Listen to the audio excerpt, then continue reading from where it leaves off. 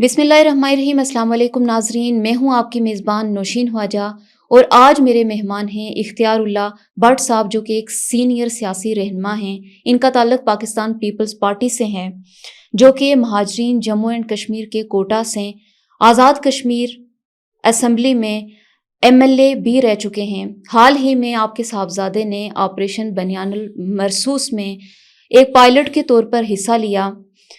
اسی حوالے سے ہم ان سے بات کریں گے کہ ان کے کیا جذبات تھے جب ان کے بیٹے نے اس مشق میں حصہ لیا اور کامیابی سے پاکستان ایئر فورس کو ریپرزینٹ کیا۔ اختیار اللہ بٹ صاحب، آپ کا بہت شکریہ کہ آپ نے ہمیں وقت دیا۔ یہ بتائیے گا، آپ کا بیٹا ایئر فورس میں ہے، انہوں نے آپریشن بنیان المرصوص میں بھی حصہ لیا، تو کیا جذبات تھے اس وقت جب وہ اس آپریشن کے لیے گئے، اور کیا اس سے پہلے انہوں نے آپ کو انفارم کیا تھا کہ وہ اس آپریشن پہ جانے والے ہیں؟ جی وعلیکم السلام۔ میں آپ کا بہت مشکور و ممنون ہوں کہ آپ نے مجھے یہاں اپنے اسٹوڈیو میں موقع دیا ہے۔ میں ڈیجیٹل کشمیر چینل کا اور آپ کے جتنا سٹاف ہے ان کا بھی مشکور ہوں کہ ہمیں ایک موقع ملا ہے کہ ہم اپنے جو آپ نے پہلے کوشچن کیا ہے کہ آپ کے جو موروثی حالات ہیں پاکستان کے، جو بنیان المرصوص کے حوالے سے آپریشن ہوا ہے، تو اس میں یہ ہے کہ ہم نے تو بیٹا اس وطن کے لیے، اس قوم کے لیے ہم نے بھیجا ہے۔ اگر ایسا ہوتا کہ ہم گھبراتے یا ایسا ہوتا کہ بچے کی فکر میں رہتے، قوم کی فکر چھوڑ کے اور وطن فکر چھوڑ کے ہم اس کی فکر کرتے، تو یہ ایسا کوئی نہیں تھا۔ یہ ایک میں سمجھتا ہوں کہ وطن سے محبت جو ہے یہ ہمارا ایمان کا حصہ ہے، جذبات ہے۔ تو وہ اس طرح ہے کہ جب یہ بنیان المرصوص کا کام شروع ہوا، بچے نے ہم سے رابطہ کیا، بچے نے کہا ہے کہ ہم بالکل تیار ہیں جی، ہم پہ جو دشمن جہاریت کرنا چاہتا ہے اس کا ہم منہ توڑ جواب دیں گے، اور ایسا جواب دیں گے کہ وہ ساری زندگی یاد رکھے گا۔ تو ہم نے باقاعدہ اس کی حوصلہ افزائی کی، اور ماں نے اور میں نے خود ہم نے کہا جی کہ آپ بچے، ہم نے آپ کو اس وطن کے لیے، اس قوم کی دفاع کے لیے بھیجا ہے، تو ہمیں کوئی پرواہ نہیں ہے، اگر آپ کو کوئی موقع ملتا ہے تو آپ اس میں بڑھ کر حصہ لیں۔ وہ کتنے پرجوش تھے اس حوالے سے، اور کتنے خوش تھے آپ اس مومنٹ پہ جب آپ کو پتہ چلا کہ آپ کے بیٹے نے اس آپریشن میں حصہ لیا؟ جی یہ ظاہر ہے کہ وطن کے لیے اور اس قوم کے لیے اور کشمیر کاز کے لیے خاص کر، جو کہ ہمارے سپہ سالار ہیں، کہ ان کا ایک مشن ہے تکمیل آزادی کشمیر، اس کو مکمل کرنے کے لیے اس ٹیم میں اگر میرا بیٹا جاتا ہے تو میں اس کے لیے ہمیں بہت خوشی ہوئی ہے جب اس نے کہا ہے۔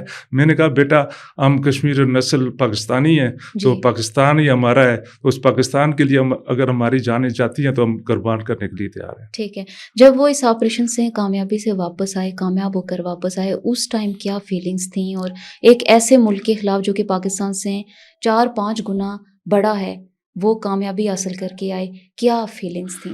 جی وہ ظاہر ہے کہ بیٹا ہے، ہمارا خون ہے۔ اگر وہ اتنے بڑے مشن سے کامیابی کے ساتھ واپس آئے، ایک ہمارے ملک کو ایک جارحیت کے خلاف ایک فتح ملی ہے، تو اس سے زیادہ خوشی کیا ہے؟ بیٹا آ گیا، ظاہر ہے بیٹا بھی آ گیا، ہمیں فتح بھی ہوگی، دونوں خوشیاں ہمیں اللہ پاک نے دی ہیں۔ تو میں قوم کو اس پہ مبارکباد دیتا ہوں، میں اپنے خاندان کو مبارکباد دیتا ہوں، جو میرے حلقہ احباب ہیں، میرے سیاسی اور غیر سیاسی جو حلقہ احباب ہے، میں ان کو بھی مبارکباد دیتا ہوں۔ بہت بڑا اعزاز ہے۔ کیا لگتا ہے کہ ابھی جو ٹرمپ نے جو ثالثی کروائی ہے اور جنگ بندی کروائی ہے، اس سے کوئی معاملات حل ہوں گے؟ جی وہ تو ہر جگہ یہی کہہ رہا ہے جی کہ میں نے دونوں ملکوں کو کہا تجارت کرنی ہے، تجارت کی بیس پہ جو ہے یہ سیز فائر ہوا ہے، مگر یہ ہے کہ کشمیر کے لوگوں کا، خاص کر پاکستان کے لوگوں کا یا ہمارے سپہ سالار کا یہ جذبہ ہے کہ ہم نے کشمیر کے لوگوں کو جو ظلم و ستم، جرب و استبداد جو وہاں پر ہو رہا ہے اس سے جان چھڑانی ہے۔ تو اسی کو مد نظر رکھ کے ہم نے اپنے جارے جو کارروائی کی گئی ہے انڈیا کی طرف سے، بھارت کی طرف سے، تو اس کا بھرپور جواب دیا ہے۔ تو ہم